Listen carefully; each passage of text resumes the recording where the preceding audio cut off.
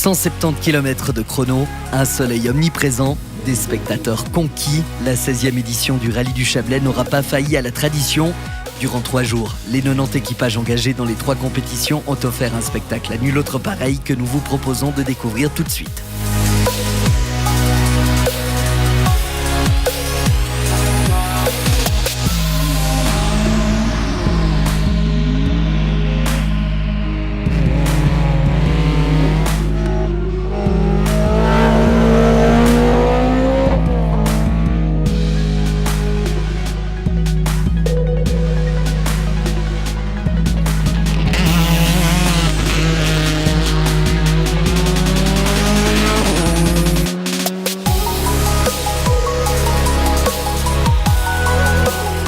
Pour assurer la sécurité sur les épreuves chronométrées, le rallye du Chablais peut compter sur plusieurs centaines de commissaires. Stéphane Lichty, commissaire général, chapeaute le tout. Départ de commissaire général. Le but de cette fonction, c'est tout d'abord de recruter des chefs d'épreuve ainsi que leurs adjoints en fonction des épreuves spéciales qui ont été décidées par le comité d'organisation. Parallèlement à ça, je recrute des commissaires. Dans les commissaires, on a des commissaires de sécurité, proprement dit, donc sur les épreuves spéciales, et on a des commissaires secrétaires qu'on retrouve au CH, au départ et au stop. C'est des fonctions qui doivent être connues et on ne joue pas avec la sécurité, donc on a affaire à des personnes qui sont bien formées.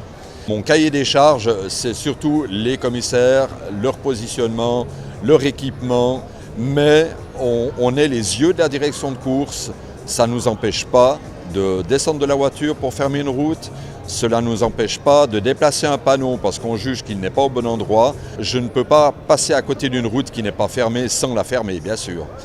Mais ma première mission, donc il est clair, c'est tout ce qui est commissaire. Et je leur tire un grand chapeau du fait qu'ils se retrouvent des fois toute une journée au bord d'une route avec tous les temps qu'il peut y avoir et tout ça. On les retrouve le soir avec le sourire, avec plein de souvenirs, plein d'anecdotes à raconter.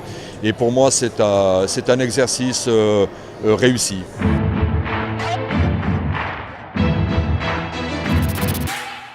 Dans un cadre toujours aussi grandiose, le rallye du Chablais a débuté le vendredi 31 mai par les premières épreuves spéciales tracées dans les Alpes vaudoises.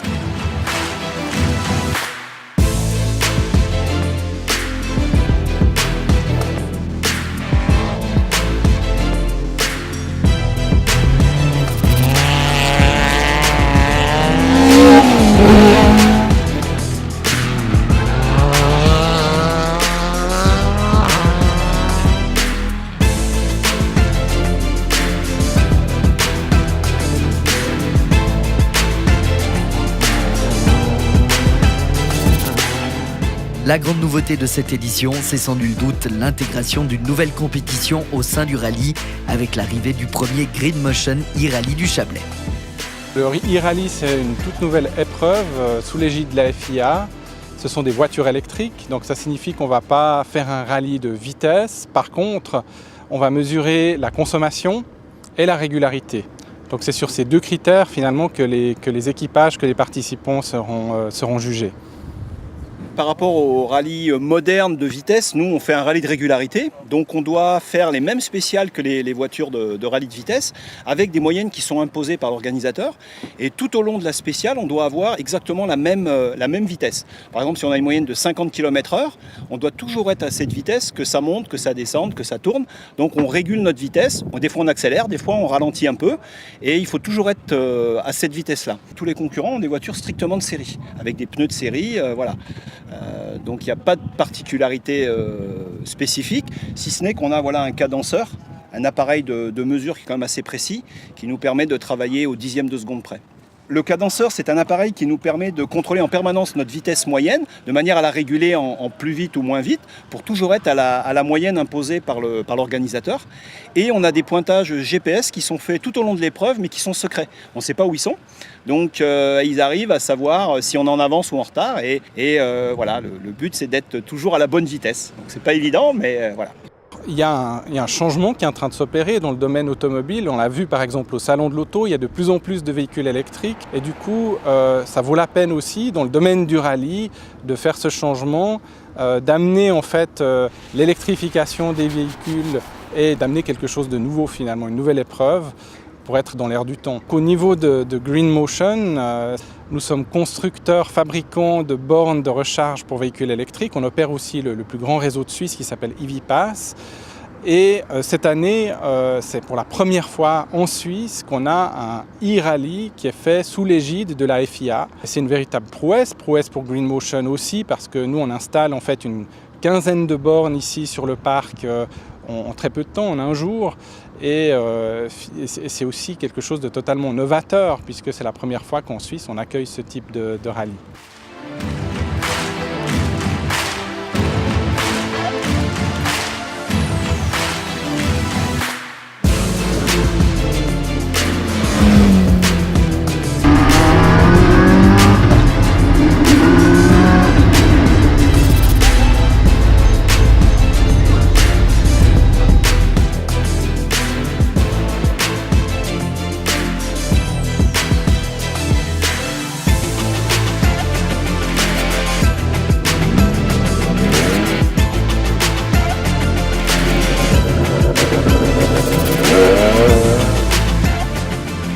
Après la première journée de course, Sébastien Caron et Lucien Revin en VV Polo R5 dominent de la tête et des épaules ce rallye du Chablais, tout comme Marc Valicioni et Marie-Josée Cardi qui remportent la première étape de la catégorie des véhicules historiques de compétition avec leur BMW M3 E30.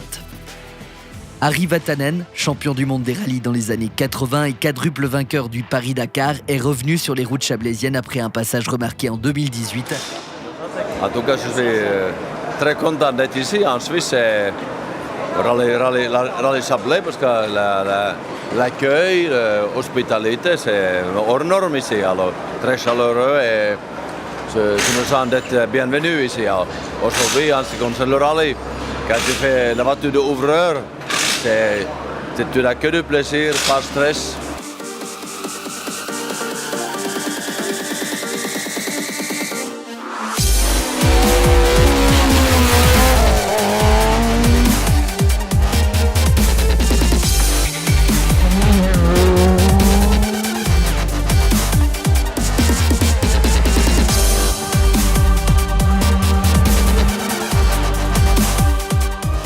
Le rallye du Chablais fait partie de l'European Rally Trophy, une compétition européenne de la FIA qui permet notamment aux équipages étrangers de se mesurer au talent helvétique.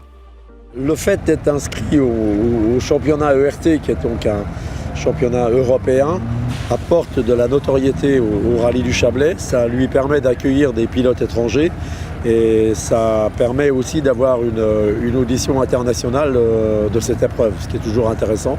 D'abord pour les médias, puis aussi pour tous les concurrents qui sont intéressés à venir y participer. En tout cas, ce qui est sûr, parcours de qualité, des épreuves chronométrées qui sont très très belles et qui, je crois, donnent satisfaction aux équipages qui y participent. Alors, au niveau de la réglementation, le rallye du Chablais accueille toutes les voitures de la réglementation FIA, sans problème, et on est d'ailleurs plutôt satisfait du niveau de qualité du plateau présent, parce que beaucoup de concurrents utilisent les voitures de dernière génération, ce qui est plutôt très positif, en tout cas pour l'organisateur du rallye. Et puis ça apporte aussi une très belle bagarre sur le plan sportif, donc c'est plutôt positif.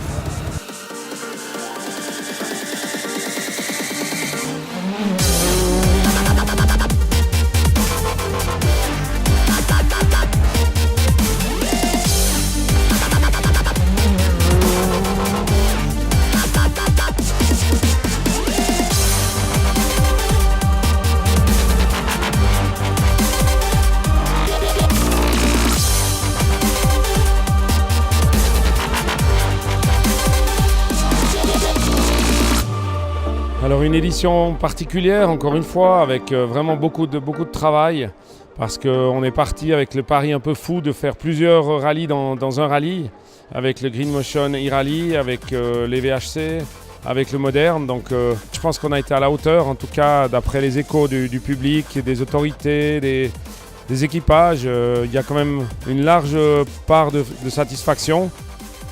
Au final, Sébastien Caron remporte le rallye devant Jérémy Todli et Ivan Balinari. En VHC, Marc Valliccioni n'a rien lâché et rentre à Aigle avec sa première victoire en historique. Du côté du Clio R3T Alps Trophy, les péripéties se sont enchaînées pour de nombreux pilotes.